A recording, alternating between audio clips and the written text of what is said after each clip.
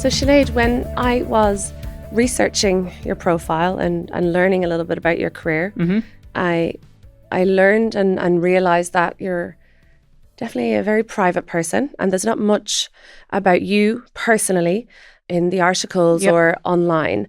You've had an incredibly successful career. I'm grateful today that you're, here to talk and for us to learn about you behind the achievements, and you're a wife and a mother, and as well as having a very prominent and a career that people would only dream of achieving. Yeah, I'd love to get into that with you today. But your career by design and your public image has always been very private. And is that something that you've purposely set out to do?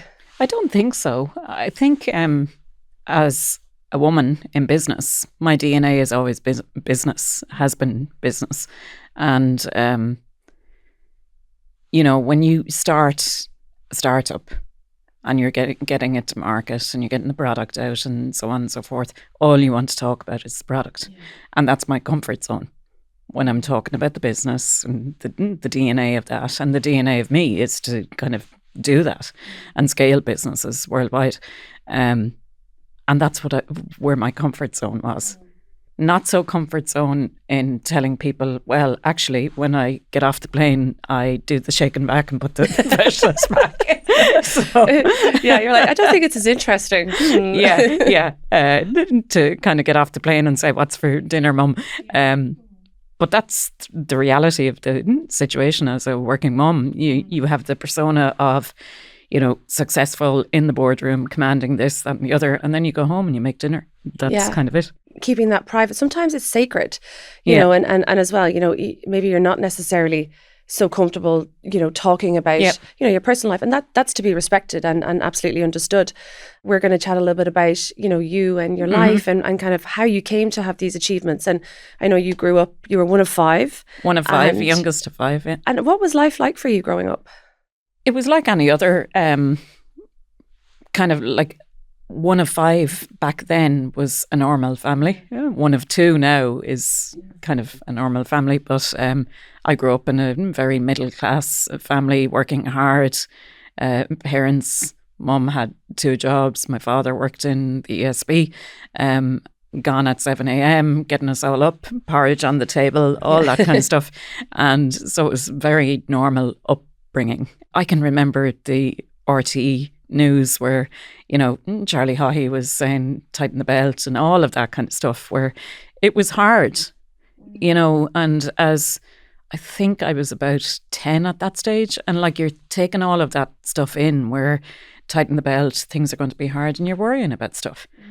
And you kind of push yourself to be more and more and more.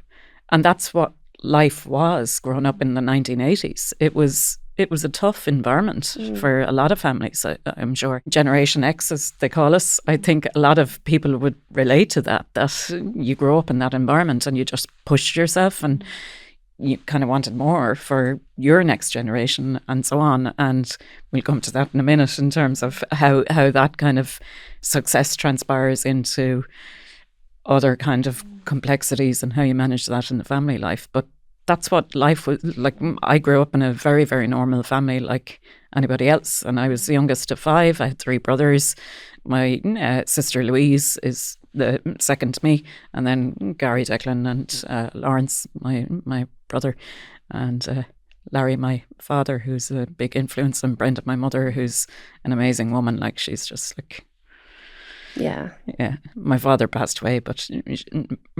he was a big influence on my life, and my mother, like she's a wise old owl, I suppose. If I was having a problem in business, I always kind of, it's an amazing aptitude for like a woman in her 80s to kind of go, well, actually step back from it. This is how you look at it. And she kind of puts it all into very simple perspective, but very clever. Do you still seek counsel from her today? Oh, yeah, always. Oh, that's amazing. Yeah. When you have the row with the kids and the teenagers and she's like, well, you were like that and you were like this and you were like, She's offering perspective. Yeah. Through your upbringing, what part of you still lives and breathes in how you work today? I think that kind of hard-working aspect where you were always looking around your shoulder, kind of like that RT kind of, we have to tighten our belts. That always stayed with me a little bit. That drives you on to be successful. You know, some might say you're chasing something. Well, what are you chasing? You know, what drives you to be successful? And for me, it's to give my family a good experience in life and so on. But then I want them to appreciate that and then have the same. But in the same respect, they haven't grown up in that environment. So you have to kind of go, how do you balance that? So in terms of success, I suppose, that's kind of in your DNA where you're like chasing. And sometimes for a woman as well, it's quite difficult that you're always kind of questioning whether you're right to be at the top or, you know, and so you have to prove more, I think. And have you felt that? Has that been a feeling or a theme and through your career? It's not that you walk through the boardroom and say, I have to prove myself, but I suppose language and communication comes easier to the men around the table. Like a lot of my career, I was 10 years in PwC. I was the only woman amongst 30 managers, and they were all male. And for 6 or 7 years, and that kind of you have to train yourself when you're in that, because you want to say something and then you're kind of questioning yourself and what do I say? And in your head, you're having a conversation with yourself before you speak. Yeah. Whereas I think when you're among the majority, you just speak out. So it's quite, you're always kind of questioning yourself as a woman in business because you're probably one of few in the room, you know, and that's the way it is. So, and I think as well, some industries tend to dominate more towards senior males. Some industries, you know, probably more where there's more customer service focus tend to, you know, potentially have more senior women's. I know there's a huge push in Ireland to put more females on boards, and there's some brilliant companies out there that are really focused on that. And I think, you know, when I first was starting out my career, I did feel somewhat inadequate, you know, and I think it takes time, and you nearly have to push yourself into these situations. You have to train yourself. Get the experience, build up the confidence. Train yourself is a great way to describe it.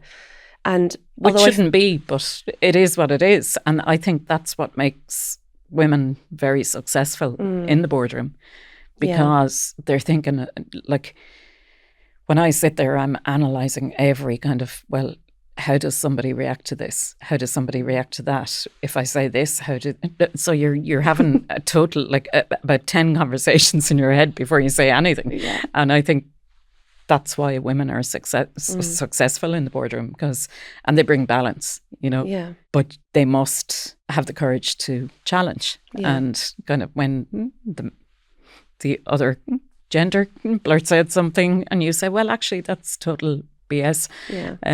You have to be able to say that, and you have to be able to bring balance to the boardroom table.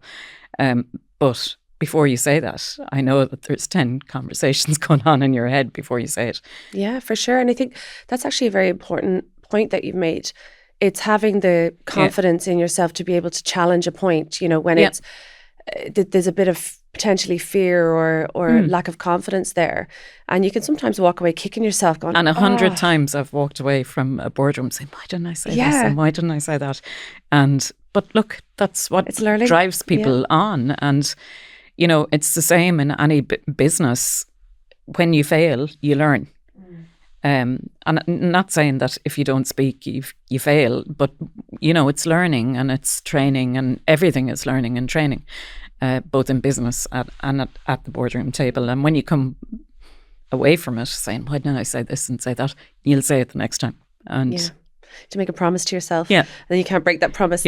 And you mentioned your father played a huge role in your life, and what was your relationship like with him, and what was it that he imparted on you and how you behave now?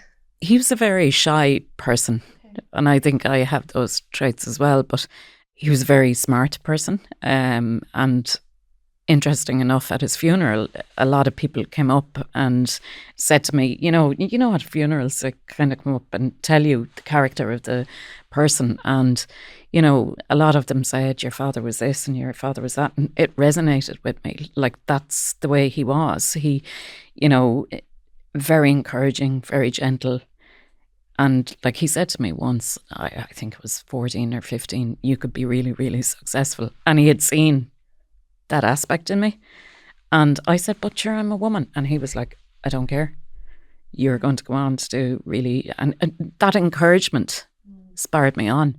It's amazing how one sentence from somebody who you view as a mentor can actually really make you accelerate into achievement. And that's the way he was, Yeah, I love that. And it's not that he gave big speeches. He'd say one sentence. He was man of few words. So.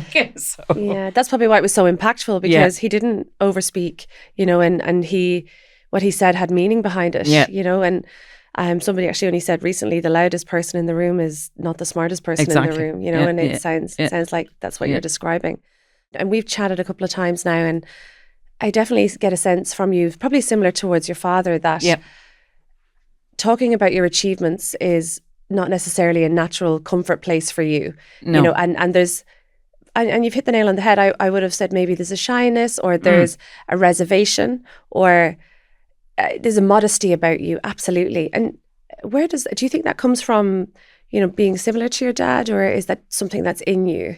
I don't know.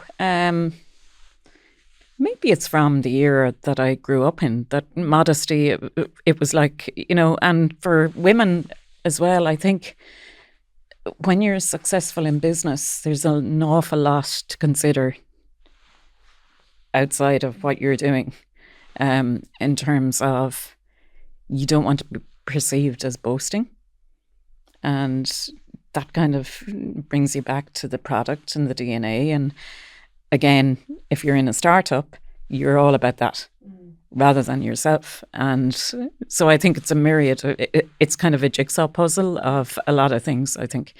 A lot to do with the upbringing and the era that I was born in, but a lot to do with, where do you find yourself in the business cycle as well.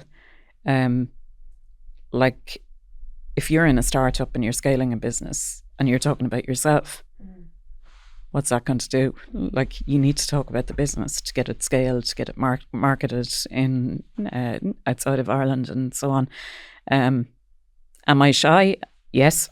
I think I don't relish the camera. A lot of people would say that about me, but it hasn't stopped you. When I'm talking about the product, so I kind of talk and talk and talk and talk. You. It's a personality trait that you've embraced, and I think modesty can be really beautiful, as well, and makes you so interesting also. It's part of it. When I go home, the kids don't see me. They see me as a mum.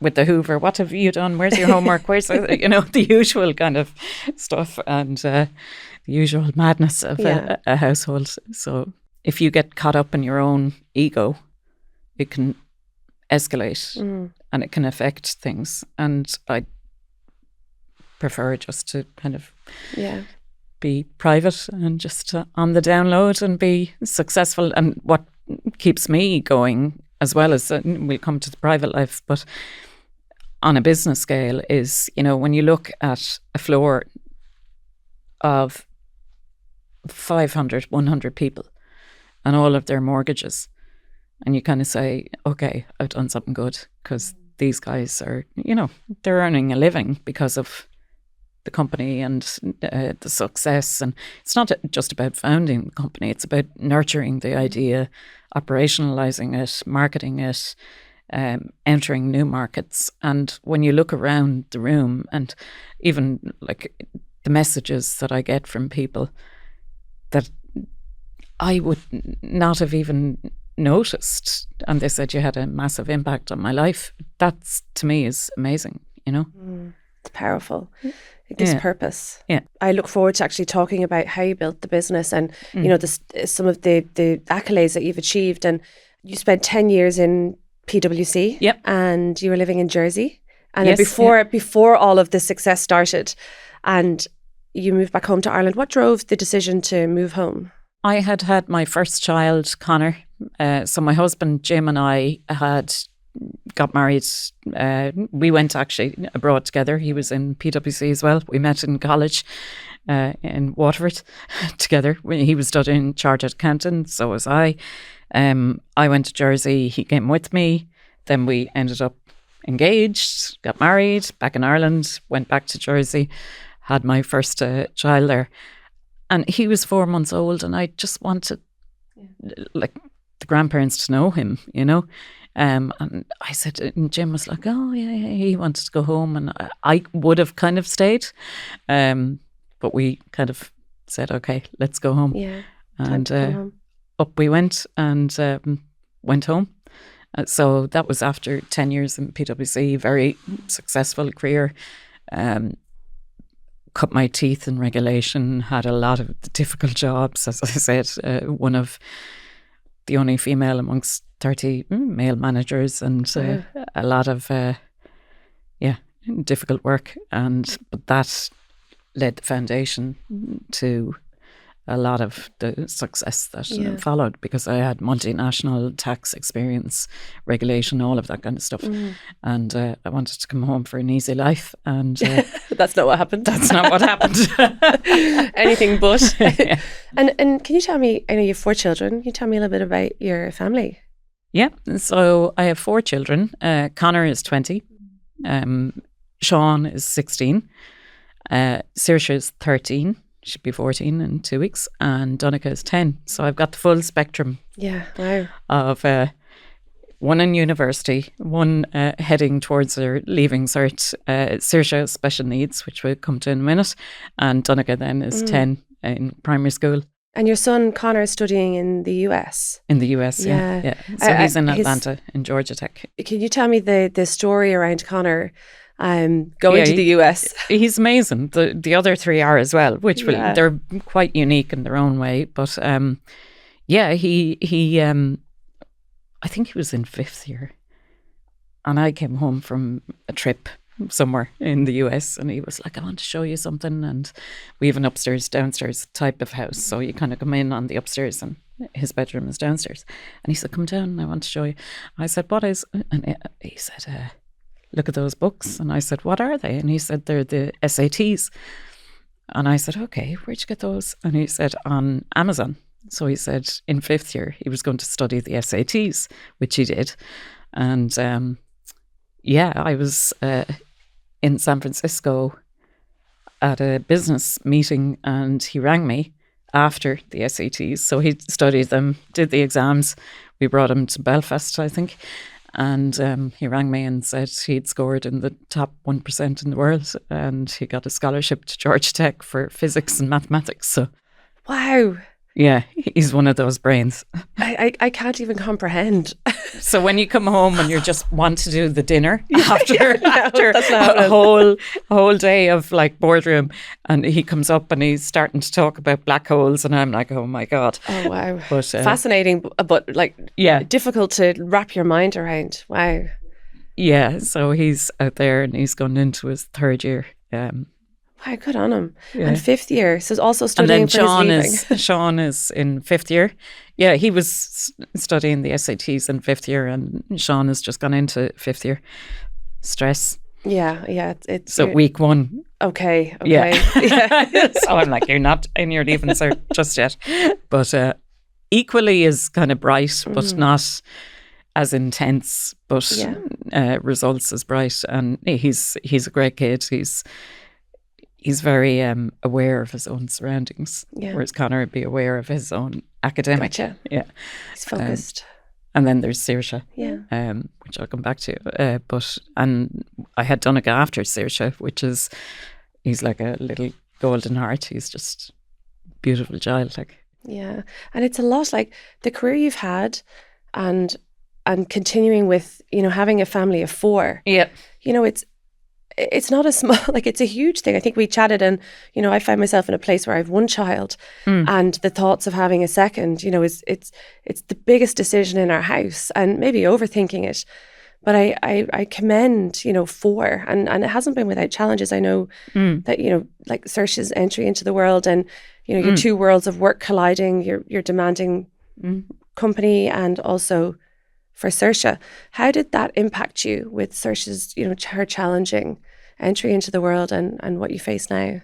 I suppose if you go back to what I said at the start, my DNA is business, and I felt to channel myself back into business. So Saoirse's birth was really, really difficult. Like for myself and my husband, it was our world. I described it on, she was supported by Jack and Jill. And I gave an interview and I described it as, you know, a jigsaw puzzle when somebody comes along and just flings it up in the air. That's what the family was like. It was just kind of thrown up into the air, and the pieces were all around, and you kind of had to put them together again. So, yeah, she was quite complex. The doctors held out no hope. But 14 years later, she is walking, and because they said she'd never walk, she'd never do this, she'd never do that. And I kind of said, okay, like, you were devastated at the time, but I wanted to treat her like any of the other kids. So we always brought her on holidays, never had a helper, any of that stuff, and made her feel part of the family. And she's the most social person that you can meet, like, and the happiest. Like, you meet any other teenager and they're like groaning about this and that. Once she has her iPad and her iPhone, she's happy. So she's non-verbal, but we cope with that. And I haven't, like, it's not been easy, but we've been bestowed a lot of miracles on her. Like, we're very faithful as well as a couple. And yeah, it's been difficult. I went back to work at 10 weeks when I had her, because I was looking at the cot kind of going, oh, I was kind of going insane at home, kind of, is she breathing? Is she doing, you know? And I felt the only kind of channel that I had was work. So I kind of shoved myself into that. And look, that's understandable. Yeah. And what was Saoirse born with? A few things. So first of all, I went in on my due date and rushed into emergency. So she had a reverse transfusion where the umbilical cord, so I was feeling great. The umbilical cord was pushing her fluid into me rather than the other way around. So that was number one. And then we found out after she was born that she had lissencephaly, which is smooth brain. So she's almost supposed to be like an Alzheimer's patient. So she's not supposed to be able to send messages from the brain to the muscles, which is why the doctors are a bit kind of perplexed that she's able to walk and she's able to kind of, kind of know her way around an iPhone and an iPad and so on. She's very, very clever. Like, I was on the phone to my mother the other night, and I didn't have her on speaker, and she could hear who I was speaking to, and she does sign language, so she wanted to say hello to her granny. So she was like, and she was insisting. And I came up and he said, "You want to say hello to granny?" And she was like, thumbs up. So I put her on speaker, and so she communicates, like, and it was funny, like, I collected Donncha, my 10-year-old, from school yesterday, and he was saying something. I think she grabbed his iPad or something, and I said, Donncha, you have to understand, she doesn't speak. It, like, she has to do 10 things in her head before she communicates, and then he got it, like, but and we're blessed, like, with our kids are very patient with her. Like, Donncha taught her to crawl when he was crawling. So it's an amazing journey. Like, I look at her and I look at other kids and I say, how does she do that? And the effort that it takes. But it's amazing, the determination for anything. And you bring that back to business. It's the same concept. Determination, persistence, the grit, that's in her DNA. Like, she was determined to walk. And the medical doctors said she wouldn't. And we went to Crumlin, I think, when she was a couple of years old, and the doctor was just shaking his head and said, I can't explain what's going on here. Like, so. Wow, she defied all odds. Yeah. Well, as you say, it's in her DNA. Look at the stock she comes from. You know? I wouldn't say that now. I'd say this lady, if you met her, she'd be looking at the cameras, dismantling them, but without speaking. But yeah, she's an inspiration. That's incredible to hear, and I can only imagine, you know, the difficulty but what you've gone on to achieve. You know, yourself, you know, in spite of... a lot of people wouldn't know it. She was born when we were starting TransferMate. She was born in 2011. So I think I have one kid for every continent that we got a license in. Wow, okay. But like... It's like the old Irish when they didn't have electricity, I think. Stress brings out kids. What shall we do today? Yeah. I know. And what do you think it's like for your children growing up with an incredibly ambitious and successful mother? I would like to say it's amazing for them, but I'd say it's quite difficult for them, actually. Okay, in what way? I'd say they're always trying to prove themselves. Like, you know...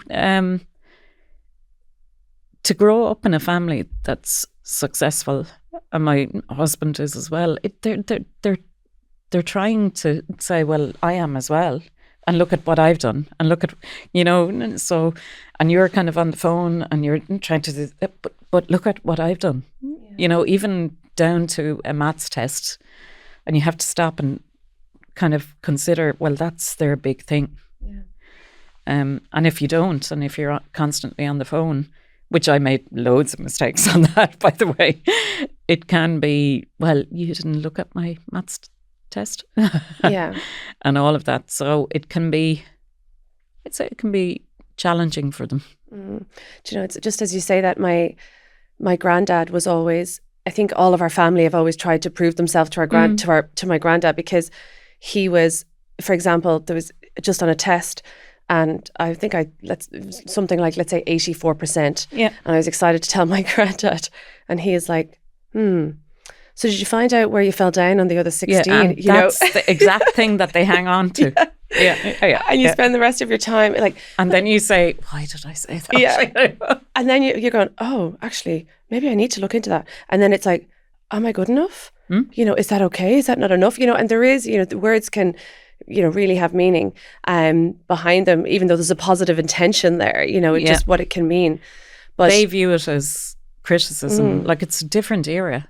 Like when I was growing up, if somebody said that to me, it'd be like, okay, grand. Yeah, you just take it. You know? But now it's like, well, you said that to me. And so you have to be very measured in today's environment. And, but like they're growing up with stuff that we had no idea of, with social media and all of that. So there's an awful lot of stress going on behind the scenes that we didn't have to deal with, because we had no phones and we had no, you know, and sometimes we lose sight of that, I think. And, you know, when they're looking stressed, you're kind of going, what's wrong with you? Like, your life is grand.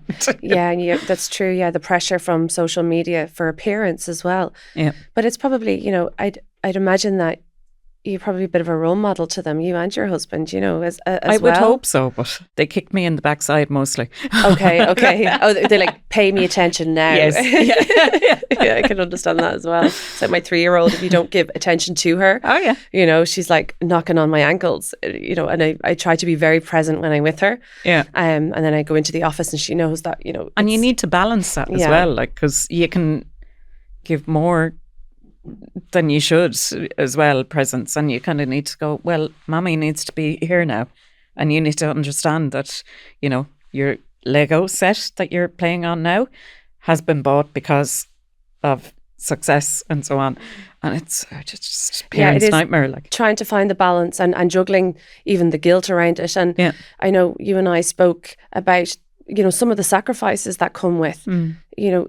And there is sacrifice when you're building a business, especially as a career-driven woman. I don't know any woman that doesn't feel guilt raising a family. Oh, it's crazy. Yeah. Like, and has that featured for you And how have you sort of handled it?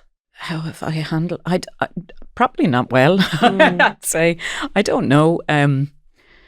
You know, you're scaling a business. You have to, if you have a product that is marketable outside of Ireland, you have to get on a plane and travel, and that's the way it is. Because you know, you're not going to boil the ocean in the island of Ireland. You test your product and then you export it. And that comes with, Mom, where are you next week? What's the agenda? Are you in the States? Are you here? And that's very difficult to explain to small ones because they don't understand. They want you at the school gates like any other parent. So you have to balance that. How do I balance it? I don't know. I just kind of went with the flow. I just hoped for the best. And yeah, but it's small things like they remember when you're not there. And that's the guilt that a woman, I think, in business always carries. Whereas I think a man doesn't carry that guilt. No, maybe I'm not really. My husband doesn't. No, he's they like, don't. no, she's great. Like, you know, yeah, there's yeah, no they don't problem. see it where you see it in their eyes. Yeah, and it is a difficult one. But actually, I did some research though, just to make us feel better about things. Okay, thanks. And so the Journal of Research on Health, and they carried out a study, and the title is "The Effect of Women's Employment on a Children's Quality of Life." And they surveyed 671 high school children, and it was a mix of 50-50. It was career women and housewives. And actually what they found was they tested mental, physical, social, emotional achievement in life, goals, leisure, and economic dimensions. They're all the assessments. And they found that there was a greater quality of life for the cohort that had working mums, but also the girls in that cohort had experienced a greater quality again against the boys. Wow. So we can feel better. Good. We'll take, but I just thought, and I'd seen research like that over the years, just when I was studying, but I thought I'd, really look into it, and because the guilt is so real and most women feel it, but I think it's how you balance it. And you when feel you're present. guilty talking to other women that are with their kids as well. Definitely. Because they know so much more. Oh, yeah, he has soccer, he has hurling, and I'm like forgetting the times. And you feel a little bit, so you're guilty to the kids and you're guilty looking at the other parents that have more time on their hands, and it's just a balancing act, and it's not for the faint-hearted, I suppose. No, it's not, and you're right, and it has crossed my mind, would Ruby's upbringing be a little bit different if I was with her day in, day out, and probably, but then it would be the sacrifice of her mother wouldn't be as happy, exactly. or as able. And there was a stat that I saw in 2023, there was over 250,000 women actually left the workforce because they just couldn't handle the financial cost. It wasn't necessarily worth it. So the supports aren't necessarily there to cater to some women. And it just makes more sense financially or economically or from a support perspective to be at home. And in a very cold light of day, your kids are going to grow up in the blink of an eye and they're gone. They're adults. I know. Like I have one gone already and he's living his own life and that's the way it is. And then you're suddenly on your own kind of going, okay. Yeah. Now I have 4 kids, but 3 are in the house and it's a different dynamic. And Sean is going into 5th year and he'll be gone in 2 years. And then, you're kind of, so am I happy with my choices? I think yes, because it's provided a life for them to aspire to, and without a sense of entitlement that kids have, but they do, in the blink of an eye, they're gone. And then it's you. Yeah. And you have to remember why you got married and you fell in love. Exactly. And now you're like, I have to talk to you again. Yeah. So we go out and get to know each other again. 20 years later. So I think a lot of women in particular hold themselves back, but it's literally 12 years and then they're gone. I know. And then you kind of say, well, what happens then, Yeah. And you get one life. Yep. one life. I keep reminding myself of that. It's one life, one opportunity, and you've got to pick how you're going to live it. So you balance it and you give them the best life, but your children aren't your only life. You have a life as well, and you need to balance that and kind of do all that kind of stuff together so that when they're gone and you have seen them on their way, you still have a career. And that's kind of, I never set out kind of thinking about that, but I've thought about it now since my firstborn is gone. Like, you kind of go, oh God, that went quite quick. So yeah. And when we change gear into the workplace, I know that you have been described as a demanding boss, as a fast to give feedback, with high standards. Has that always been your style, and has your style evolved over the years? No, it's always been my style. And I think the bosses that I had in PwC and subsequently have always been like that. And I'm a believer myself and quite a perfectionist. I don't like to hand over something that's substandard. And I know if I'm handing it over and it's substandard, I'm kind of, I didn't do that well, So I beat myself up, and the demons inside are going, you didn't do that well. So I always expect, and I say to the staff, don't hand it over like that. Make sure you're happy. And that kind of comes with kind of a high standard, because in this day and age, they might like chat GPT and all that kind of stuff, which is another kind of realm. But they hand it over and you're kind of going, well, that doesn't make sense. And that just drives them mad that somebody hasn't looked over it before. Yeah. They hand it over, and it's not handing it over to me, it's handing it over to a customer. So your product, everything, like, don't launch it with holes everywhere.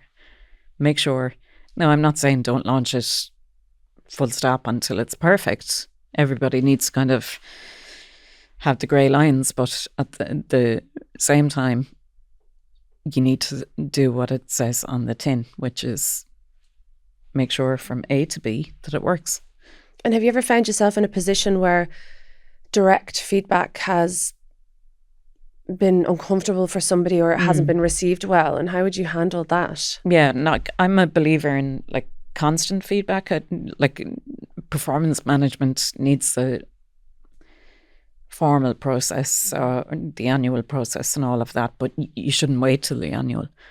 Yeah, if you have a problem, you say it, because then it'll fester for 6 months and it'll drive you mad, and it'll drive everybody mad. So I've been many times in the situation where somebody hasn't received it well, but it has to be said, and that's the way it is. I was a mentor when I was in PwC, so they have mentors and counselling managers. So I was one counselling manager for probably about 10 staff in the formal process.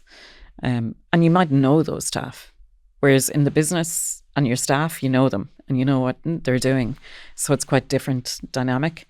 But you have to look at the feedback that you're given from, say, a manager in PwC to say this person has done this on a job, and you have to deliver it. And then in the business sense, in an owner-manager type situation where you know the staff and you have the managers, you have to, I suppose, tell the managers you need to performance manage the staff underneath. Because I hate a situation where there's surprises. I'd always kind of say, look, I want to tell you the feedback now. And if you try and solve the solution without kind of the mechanisms around you, then it all goes to pot. So, there's been many a situation where people don't like the feedback, but that's just human nature, Yeah. And people don't like criticism, but sometimes you have to deliver it in a way that, look, I'm trying to help you. I suppose I'm bad at that. Yeah, I can imagine you don't mince your words, Sinead. You know, I do well in that type of environment. You know, it suits, but you know, it's not pleasant either. You know, You shouldn't say, "Here, have a cupcake." No, you're crap. No, yeah, and it's, you know, I think it's sometimes I try to say, look, this is what's going well, and this is really where things need to improve. You know, just to sort of soften a small bit. I don't know if that's a good or a bad thing. I think that's good, but don't over sugarcoat it. Like if the negative outweighs the good things, you need to kind of say, look, we need to have a chat. And here it is. Bang. Yeah, there are no good things. No, I get that completely. And you mentioned previously to me that wasted talent is something that really is a problem for you. Yeah. What does that mean? I think over the years I've seen staff where they could have been so much better, but they just didn't apply themselves. And it was like 9 to 5 and out the door. And, you know, you kind of look at them kind of going, you could be so much better with a little bit of effort. And I think that really irritates me in terms of wasted talent. There's nothing worse. Like, yeah, I know. You know, because that experience leads to success and so on. But anyway, it's either in you or not, I suppose.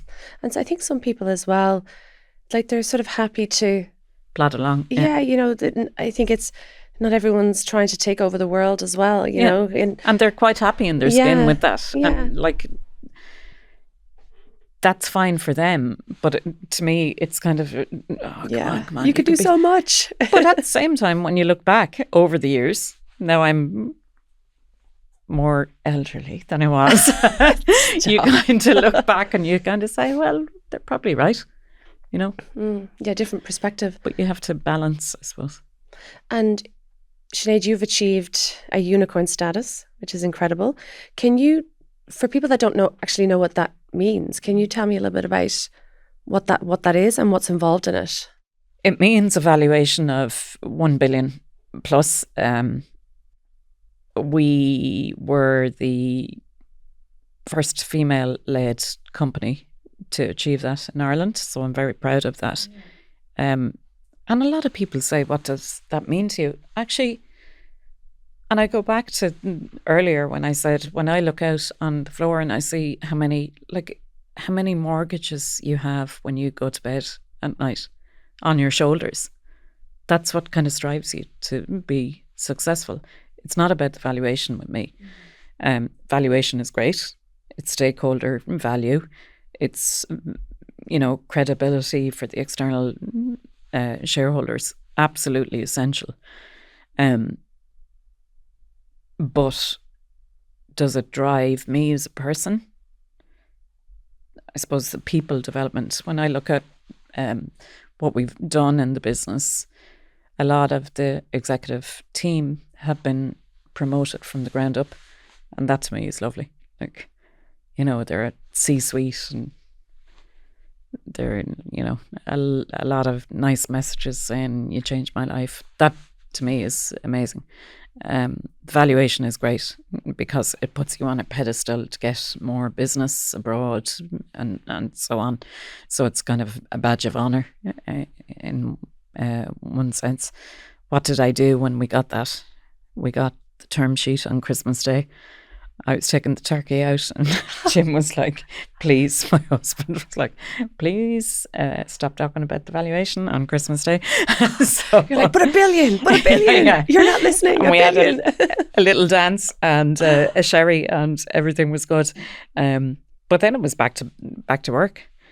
But you get to that level and you need the next step and so on. The next step. It's like, it's life, like. Yeah. Same with everything. Did it change me as a person? I don't think so. And I think you've got to, like, anybody listening to this with a valuation like that, you've got to make sure that it's ink on a paper. What's your end game? What do you want to achieve? Valuation is brilliant for all of the staff. It's brilliant for the company. Credibility, as I was saying, to get more customers and so on. But you've got to park that and move on. And how many businesses have that status? I think it's 11 in Ireland. Maybe. 11 in Ireland. I could be wrong. Yeah, Maybe I looked it up and I know it was a very small number. I think you guys were number 7. Yeah. And I think, are you the first and only female led business? Wow. Yeah. What does it take to get to that? Like in terms of, so it's a very loaded question, but behaviours, attitude, risk taking. It's a mixture, I think. I have a few stories. Like with us, it was a regulated business. So, we went Europe first and then US and then into Australia and Asia. And before we did our Series A, we wanted to have the full 50 states in the US. And I always remember this. So I speak about Sean, who's 16. He was, Donegal, who's 10. He was about 2. And I got a call on my phone at 11 p.m. and it was the New York regulator. Are you Sinead Fitzmaurice? Yes, I am. We've got the head of banking, we've got the head of this, we've got the head of that on the phone. No prep.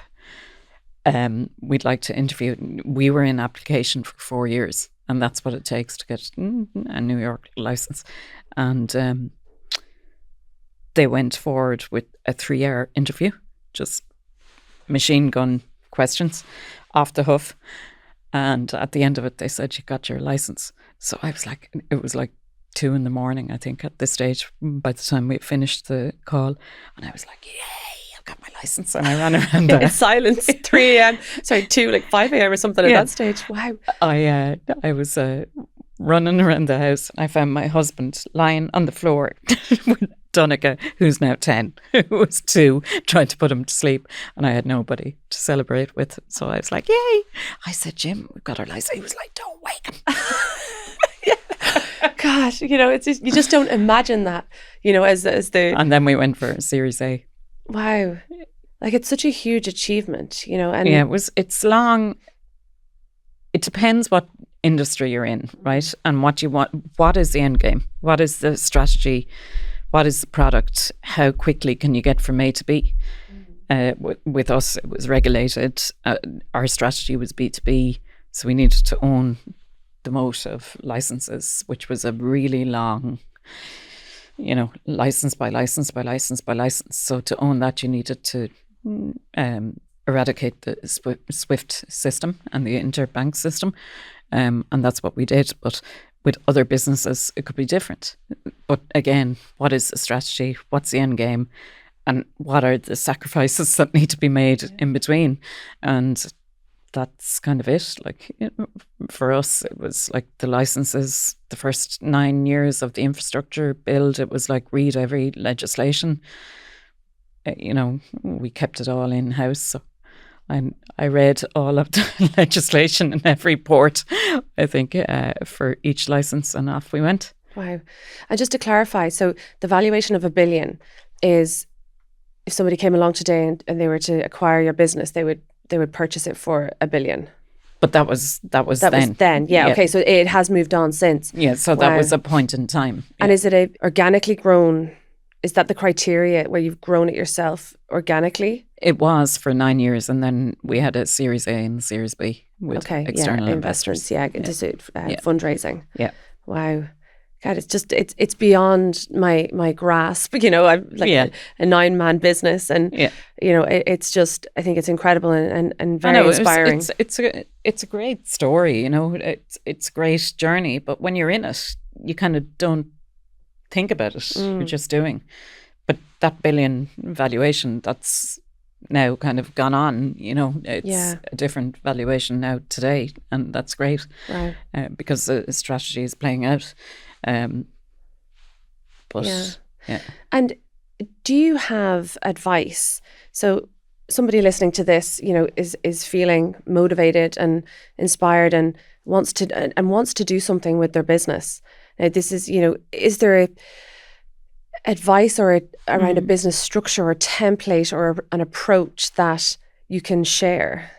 It's all about, what are you bringing to the market? Who's going to use it? Is there a gap in the market? What do the competitors do? are you unique? So you've got an idea, right? I want to make a camera, for want of a better word. Well, okay, how are you going to make a camera better than that one in terms of, what are you going to bring to the market? And I think if you can perfect that and the uniqueness and build a sense of a moat around what you're doing, be it regulation or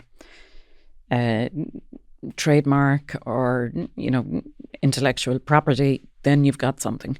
It's all about what does the customer want? Because you can build whatever, but if it's not going to be bought, it's sunk money. So, like, what are you building that somebody's going to want? You start with the want first and the gap in the market. And then you say, okay, somebody wants this. Who are the competitors? How do I make it different? And that's kind of, then you build the back office and the operational stuff around that. But if you can solve the want first and the uniqueness. And how do you identify what the want is? I think listening to people. With us, it was, payments were going missing. We knew there were the business was started during the banking crisis. We knew the banks weren't going to invest in technology for B2B. And there was a definite need for consumers like Revolut. It's all about speed, but businesses don't have that. They're reliant on the bank. So we knew that there was a big gap. But that big gap came with the regulation build and the infrastructure, which was a slow, methodical strategy.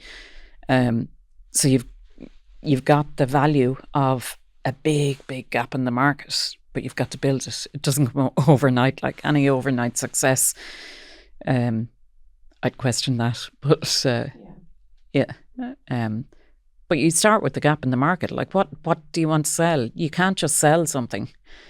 You have to understand somebody wants to buy it. It's all about economics, supply and demand. What's the demand? Then supply it and make it unique.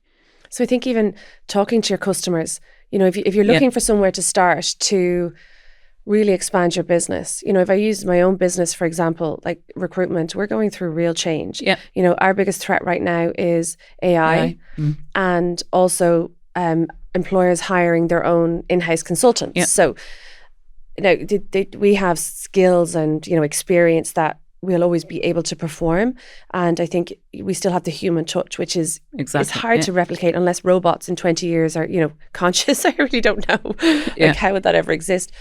But if I was to look at my industry and use that as an example, I probably need to sit with my clients and, as you say, identify the gap. What is hurting? How do I evolve our service to you? Is that and where, to a certain extent with AI, that will evolve. But as you say, face to face, sitting with the client and saying, okay, what do you need in a recruitment process? And what you need then can be transpired into the AI bot.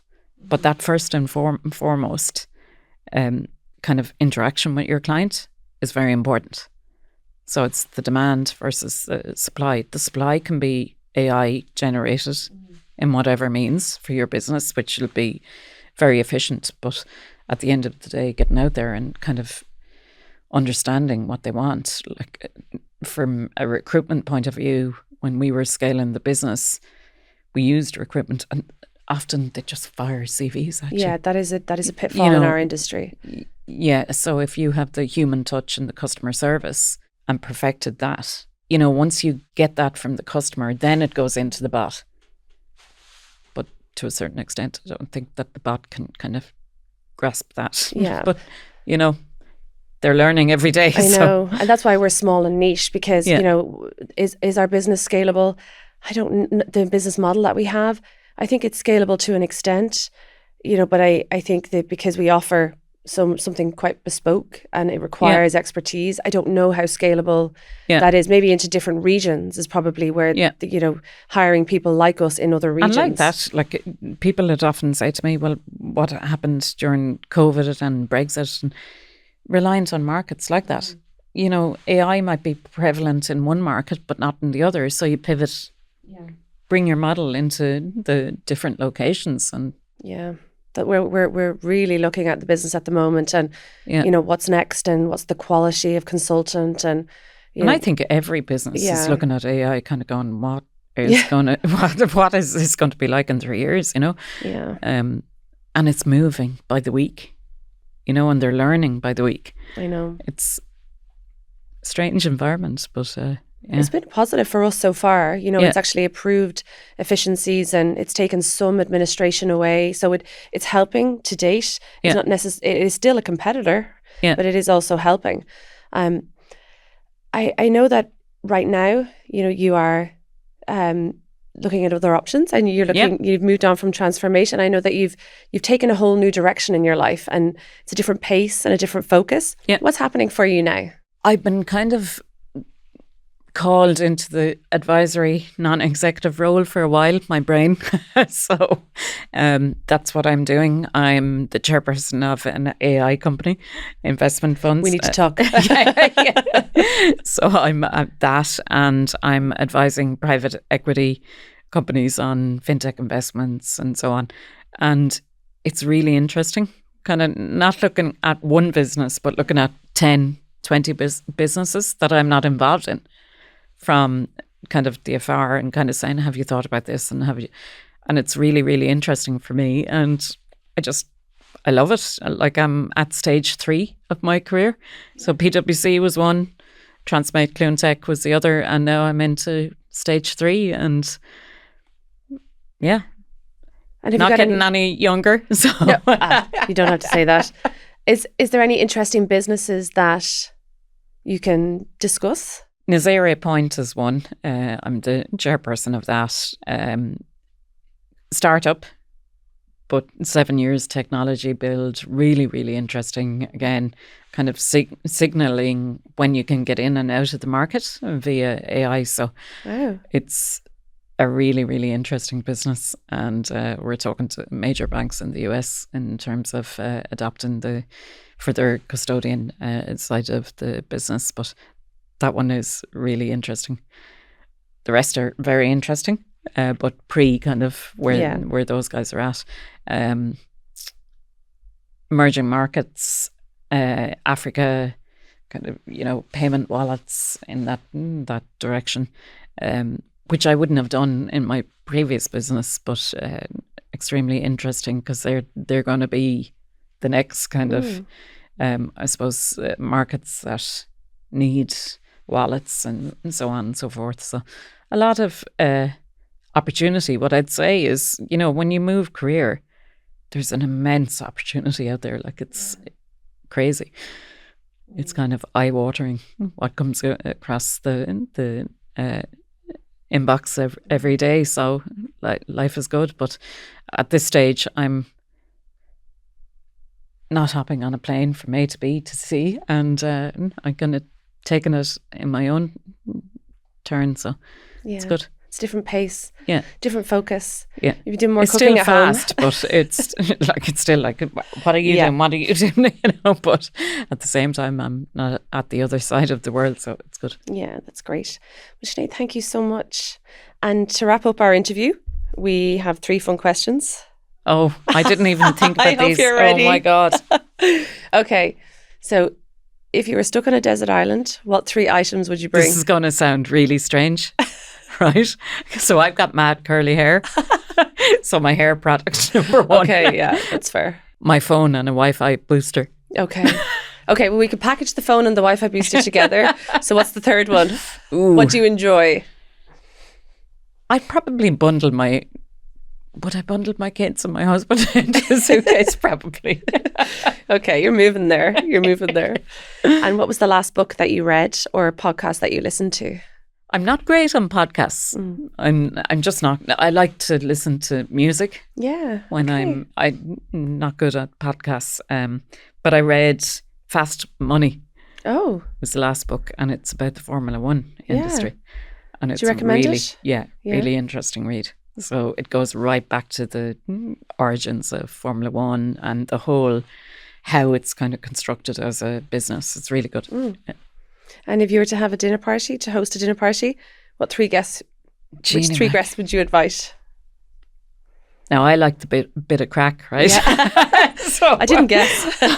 I could say, this person, that person, and but no, I'd invite my mum. Yeah. Oh. My sister and Dolly Parton. Okay. Dolly's just there to entertain you guys while you guys have a natter. I'd love to kind of hear what she has to say. She grew up in a crazy environment, in the music environment, and she was hugely successful as an entrepreneur. And my mother and Louise, my sister, we'd have the crack. So we kind of combine a bit of everything. Yeah, amazing. Thank you. Appreciate it. Thank you very much, Sarah.